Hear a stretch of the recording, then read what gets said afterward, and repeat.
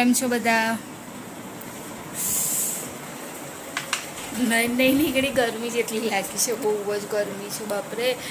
રસોડામાં બી પંખો કરીને ઊભી રહીશું, કેમ કે અમારે કેવું છે કે પાછળ છે ને મિલ છે, એટલે એની બહુ ગરમી લાગે છે. મિલની મશીનો ને એવું વધારે પાછળ, અને અમારે કેવું કે પાછળ વંડો છે ને, એટલે કિચનની પાછળ બારી નથી, એટલે એનો ગરમાવો બી બધો રહે છે, એટલે બહુ ગરમી લાગે છે. કોઈને એવું લાગે કે નહીને જ નીકળીશું ને, વાતમાં એવું નથી, ગરમી જેટલી થાય છે. એટલે આમ કે આપણે સવારે નહીં લઈએ ને તો બી એવું લાગે જ નહીં કે આપણે નહીં, ગમે તેટલી વાર નહીએ તો કશું ફરક ના પડે, એ વગરની વજ થઈ જઈએ. બસ હવે પ્રિતેશની ચા મૂકી દીધી છે, વાંધો નહીં, જ્યારે થાય ત્યારે મેં તો પંખો ચાલુ કરી દીધો, કેમ કે એમને તો ના ઊભું રહેવાય. જો આ વાળીમાંથી કેવું લાગે છે, એવું લાગે કે આપણે નહીં નીકળ્યા હોય, પણ એવું નથી. આ પરસેવાની ગરમી થઈ છે, બધો પરસેવો થયેલો છે. હવે ફરી મારે નવું પડશે, કેમ કે આજે તો બહુ જ ગરમી લાગે છે.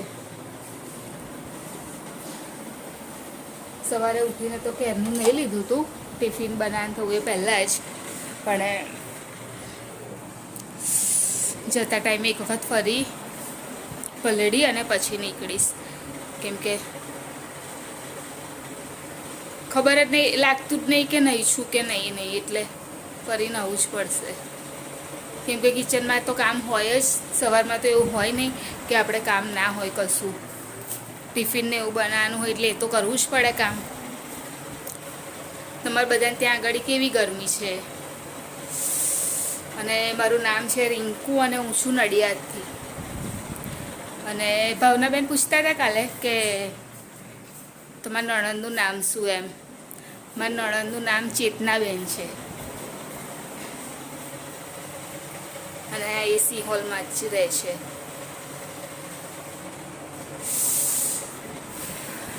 તો ચલો પહેલાં ચા બનાવી દો. ખીચડી જ ખાશે, વઘારેલી છે, રોટલી નહીં ખાઈ, કેમ કે ખીચડી થોડી વધારે જ છે, તો કીધું કે હું ખીચડી ખાઈ લઈશ, એટલે રોટલી નહીં બનાવવાની. ટિફિનને તો ઓલરેડી બનાવી દીધી છે. જે રોજ વ્લોગ જોતું હશે એમને બધાને તો ખબર જ હશે કે હર્ષિલ ગયો છે મુંબઈ, એના કોઈના ઘરે રહેવા માટે ગયો છે. તો ત્યાં તો એ જાય એટલે એને તો ત્યાં આગળ બહુ મજા આવી જાય છે. રોજ કંઈ ને કંઈ અલગ અલગ ખાવા જાય છે. તો આજે એ ગયો છે શોરમા ખાવા માટે, અને તો આવું બધું બહારનું ખાવાનું બહુ પસંદ છે. તો એ આજે એના કૃષ્ણાભાઈ સાથે ગયો છે શોરમા ખાવા માટે. તો મેં તમારી સાથે એક ક્લિપ શેર કરી છે. આરામથી ઉભો રહીને જ ખાઈ લે. મારી સાઈડમાં ઉભો રહીને ખાઈ લે. જામ અહીંયા ઉભો રહીને ખાઈ લે, બસ ખાઈ લે. આપણે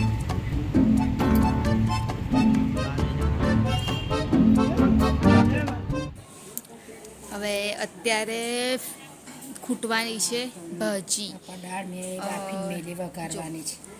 એક તો ખૂટી લીધી છે પાલકની ભાજી, અને ભીંડા છે તો કે ભીંડા બનાવો, મમ્મી પછી દાળ રવા દીધી. તો સવારના તમે આવ્યા જ નથી? સવારમાં આવી નથી, કઈ આવ્યા? બોલી નથી, કશું કઈ બોલે? મમ્મી ભાજી કાપે છે, હું પણ ભાજી જ કરું છું. કરી હવે તાંદરજાની ભાજી ખાવાની છે, કેરીવાળી. કેરી છે બનાવવાની, કેરીવાળી. કેરી હોય કે ના હોય, નહીં એટલી બધી બરાબર ભાજી, વધારે દાંડા વધારે લાગે નહીં, જોઈએ એવી ભાજી નહીં. અને આ તો થઈ આટલી થઈ જાય છે, બનાવી અને તાજાની કટ થઈ જાય છે. ડુંગળી નાખીએ તો એ તો નહીં બરાબર, એ થતું આપણી ભાજી જ લાગે છે. ધાણા બી લાયા છે, ધાણા બી કાપવાના છે. તો બપોરે લાયા હતા, અહીંયા મૂકી આવું, બીજું લઈ આવું, બનાવી નાખ ને એટલી ભાજી થઈ જાય. ડુંગળી નાખી પણ શું પછી કોણ ખાશે? આપણે બે ખાઈશું તો શું જરીક થઈ જશે જઈને નહીં. આ તો જરીક થઈ જાય, પાલક જરીક થઈ જાય છે, નહીં વધારે. ભાજી થતા રાખવા જરી આ તો નકલું પાણી એ આ કિલો હોય ને તો આટલી થઈ જાય. તાંદરજાની નહીં વધારે થતી. મૂકો ને હમણાં પછી 500 જોઈએ. જણ નહીં ખાઈ શકતા. બાપરે બાપ, હું બીજું એ લેતી આવું. લાઈટો બંધ રાખી છે ગરમીના કારણે. ગરમીથી પરેશાન થઈ ગયા છે, શું કરવાનું. મમ્મી બનાવે છે અત્યારે દાળ બનાવશે મમ્મી. તો એવું કહે છે પાલકની ભાજી બનાવી દે. પાલકની ભાજી તો હું બનાવું છું એટલે. તો પછી દાળ ને પાલકની ભાજી 2 વસ્તુ થશે. ચપ્પુ મમ્મી હું લઈ ગઈ. અંદર લઈ ગઈ લાગે છે ભાજીમાં. ચપ્પુ લઈ અંદર ભૂલી ગઈ. જોઈ લો એક વખત. નહીં લાવી મમ્મી.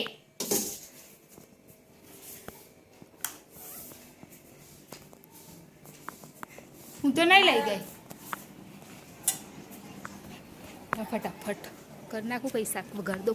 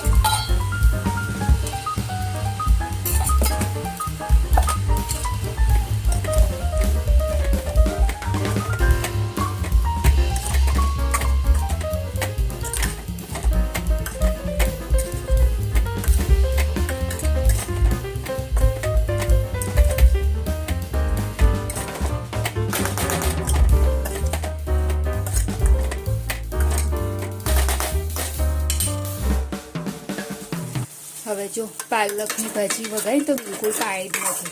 અત્યારે બહુ પાણી છૂટ્યું. બસ હવે આ બી થઈ જશે. અને મમ્મીએ દાળ પણ વઘારી દીધી છે એટલે જમવાનું રેડી થઈ જવાનું છે. અને પાણી પણ હમણાં જ ભર્યું. પાણી બી ભરાઈ ગયું છે.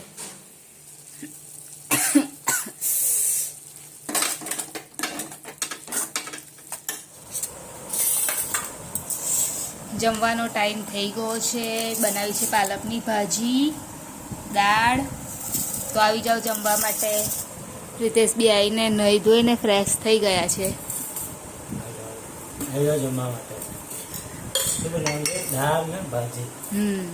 દાળ ને ભાજી.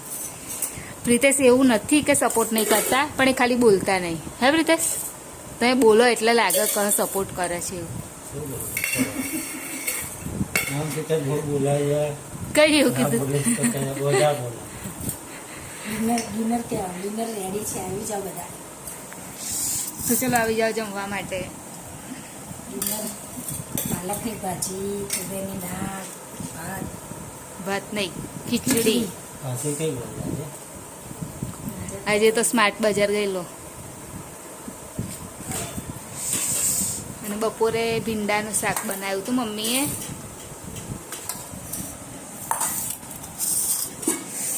તો ચલો જમી લઈએ. હવે લાસ્ટ કામ બાકી રહ્યું છે. પલાળવાના છે મગ. તો બસ એ જ પલાળીશું. કાલ સવારે મગનું શાક બનાવવાનું છે. તો મગ પલાળવાનું છે. બધું કામકાજ થઈ ગયું ઘરનું તો.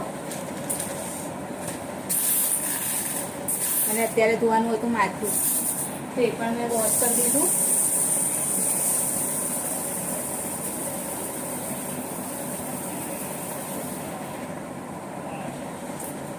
લાસ્ટ કામ ફિનિશ. બસ પતી ગયું કામ, આજના દિવસનું કામ ફિનિશ. અને મગ છે ને તો એ અમે ફ્રીજમાં રાખીએ છીએ, કેમ કે અમુક વખત કેવું થાય કે મતલબ એવું નક્કી ના હોય કે બનાવીશું જેમ, અને ના બનાવવાના થાય ને તો પછી અમુક વખત અંદર નાના જીવડા ને એવું લાલ કલરનું આવી જાય છે ને, તો ફ્રીજમાં મૂકીએ ને તો ફ્રીજમાં બિલકુલ નહીં થતું નુકસાની કંઈ જ. જેટલા ટાઈમ સુધી રહેવા દઈએ ને એટલા ટાઈમ સુધી, કેમ કે મગનું કેવું હોય કે તો ક્યારેક જ બનાવવાનું, બહુ જ શાક આમ ખાઈને કંટાળી ગયા હોય એવું કશું હોય ને તો જ. એટલે મગ ફ્રીજમાં, અને અમુક દાળ જે બહુ જ ટાઈમ પછી બનાવવાની હોય એ બધું બી ફ્રીજમાં રાખીએ છીએ. તો હવે અત્યારે આવી ગઈ છું ઉપર સૂવા માટે. તો હવે વિડીયોની એન્ડિંગ લઈ લઉં. તો અમારી ચેનલને લાઈક કરજો, શેર કરજો, સબસ્ક્રાઈબ કરજો, કોમેન્ટ જરૂર કરજો. બાય, જય મહારાજ, ગુડ નાઇટ. કાલે ફરીથી મળીશું.